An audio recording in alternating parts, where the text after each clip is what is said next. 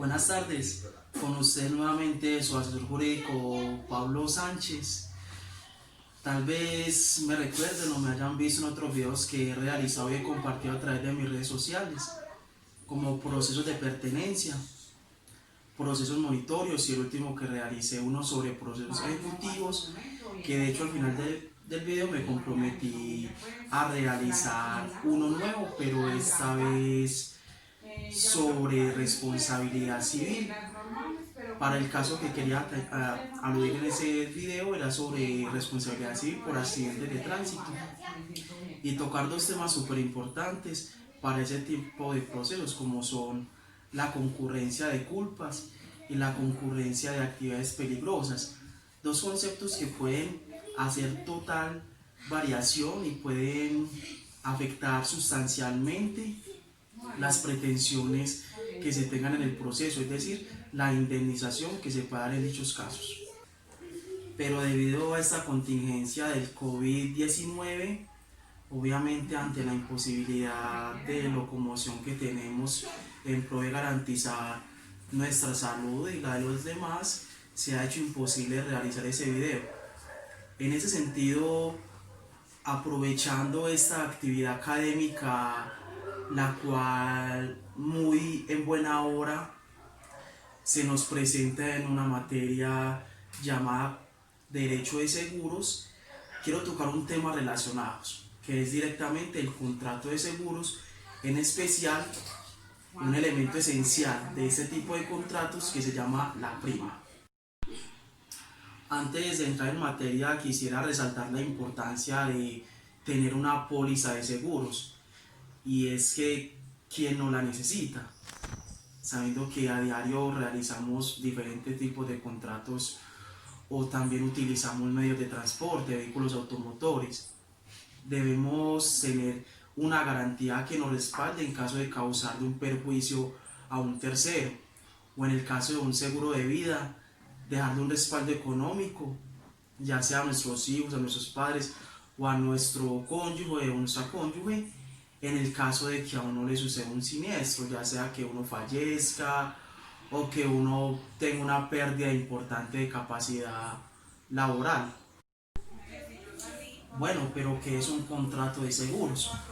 Un contrato de seguros es en el que una parte, en este caso el asegurador, se compromete o se obliga para con otra parte, llamado el tomador o el asegurado, se obliga a respaldar un daño o cancelar una suma de dinero presentándose una eventualidad, un riesgo asegurado a cambio de una contraprestación de parte del asegurado o tomador llamado prima.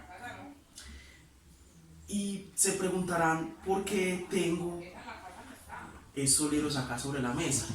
Y es que para entender realmente lo que es el contrato de seguros es muy necesario manejar la teoría general del contrato para entender los elementos esenciales, elementos naturales y elementos accidentales de un contrato. En igual sentido, es muy necesario saber a qué obligaciones y qué tipo de obligaciones se ven inmersas en razón de este contrato de seguros. Y tenemos el Código de Comercio, que es el ordenamiento jurídico o que es la norma jurídica que regla todo lo atinente a este tipo de contratos. En ese sentido, regresando al tema de los elementos esenciales del contrato de seguros, en esta ocasión quiero enfocarme en uno especialmente, que es la prima del contrato de seguro. En ese concepto prima es donde se va a versar el objeto de este video. En primer término, es menester definir el concepto prima. Y es que la prima es aquella contraprestación a cargo del tomador o asegurado y en favor del asegurador o aseguradora, por el hecho de asumir el amparo e indemnización en el caso de ocurrir el siniestro el cual se aseguró en la póliza. Teniendo claro el concepto de este elemento prima, pasaré a dar unas características de la misma.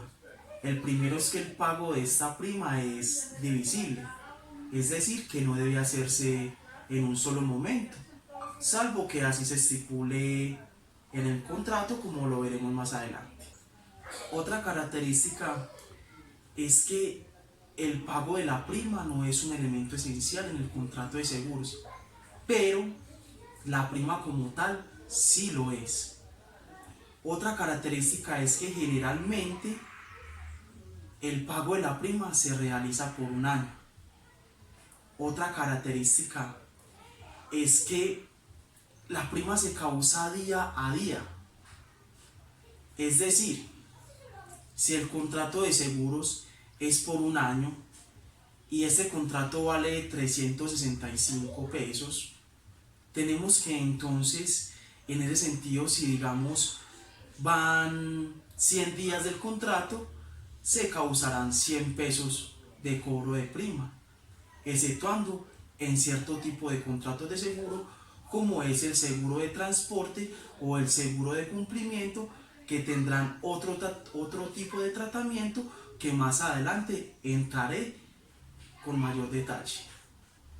Dejando claras las características de la prima, quiero pasar al monto de la misma. Antes, con la ley 45 de 1990, se le otorgaba al asegurador esa libertad tarifaria.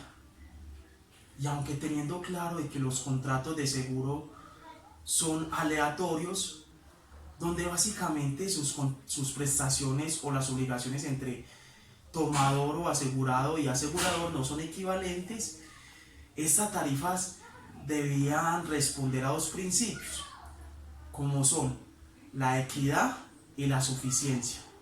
Pero luego, con la ley 795 del 2003, en su artículo 45, se establece que las condiciones del contrato de seguro, entre ellos el monto de la prima, deberán ser avaladas previamente por la superfinanciera, lo que cambia en estricto sentido la legislación anterior, dejando establecido las condiciones para establecer el monto de la prima y la legislación que lo regula. Ahora la pregunta es, ¿cuándo debemos pagar la prima? Y la respuesta es en el artículo 1066 del Código de Comercio, el cual reza que el monto de la prima deberá pagarse dentro del mes siguiente a la entrega de la póliza de seguro o de los documentos que la acompañan. Sabiendo cuándo se debe pagar el monto de la prima, ¿qué sucede si yo me atraso en el pago de la misma? Pero el asegurador aún no me ha constituido demora, porque aún así estoy en término de pagar a tiempo, así sea con días de atraso, el pago de esa prima. ¿Será que si sucede el evento o el siniestro el cual aseguramos, tendrá el asegurador la obligación de indemnizar? La respuesta es que sí. Conforme al artículo 1068 del Código de Comercio, el asegurador no podrá sustraerse de esa obligación, no podrá proponer la excepción de contrato no cumplido en mi contra, y en caso de proponer esa excepción de contrato no cumplido, el juez no le dará prosperidad a esa excepción. Ya para concluir, quisiera dar respuesta a tres preguntas, y la primera de ellas es: ¿qué sucede si el asegurador desea dar por terminado el contrato de seguros? ¿Qué sucede con la prima? En este caso, el asegurado tiene el derecho de reclamar el valor restante de la prima a partir de que ya opere la terminación del contrato hasta el vencimiento del mismo. Es decir, si el asegurador me terminó el contrato unilateralmente en el mes de junio, pero el contrato de seguros tenía vigencia o estaba con fecha de vencimiento a mes de diciembre, el asegurado tendrá derecho a reclamar el restante del valor de la prima desde junio hasta diciembre. Pero ¿qué sucede si es el asegurado quien decide terminar unilateralmente el contrato de seguro? Es decir, el tomador. El asegurador o aseguradora tendrá derecho a una prima más alta, es decir, tendrá derecho a reliquidar el valor de la prima conforme a un contrato de seguro a corto plazo, el cual se cobra con un valor mucho más alto. Y la tercera pregunta, ya para concluir con este video, es ¿qué sucede si el contrato de seguro se termina por mutuo acuerdo? ¿Qué sucede con esa prima? Y en igual sentido que las otras dos preguntas, esta también se responde con el artículo 1071 del Código de Comercio, el cual dice que en este último caso el valor de la prima devengada, es decir, la que ya se causó, y el restante de la prima a devolver o de la cual se hará devolución, se calcularán conforme a las tarifas de un contrato de seguros a corto plazo, que como ya lo dije en respuesta de la pregunta anterior, tiene un valor mucho más alto. Ya con esto concluyo todo el tema de la prima en el contrato de seguros.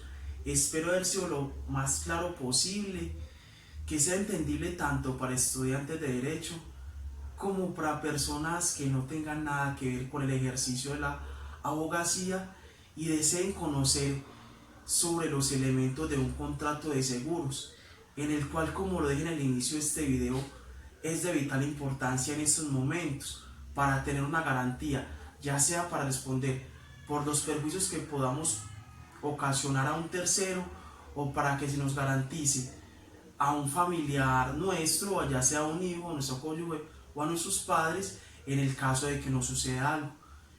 Muchas gracias por escucharme y que pasen un feliz resto de día.